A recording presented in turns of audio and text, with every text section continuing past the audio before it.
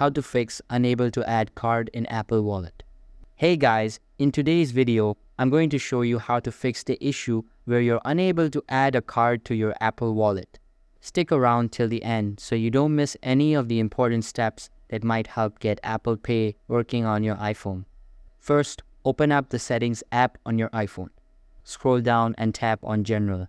Then scroll again until you find Language and Region, and tap on that. Now this is important, Apple Pay isn't available in all countries or regions. So if your iPhone is set to a location where Apple Pay isn't supported, you won't be able to add your card no matter what you do.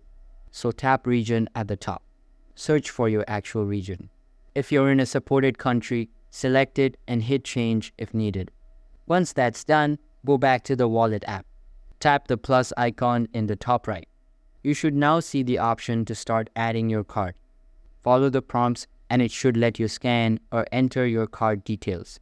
Now, if everything looks right and it still doesn't let you complete the process, it might be an issue with the card itself.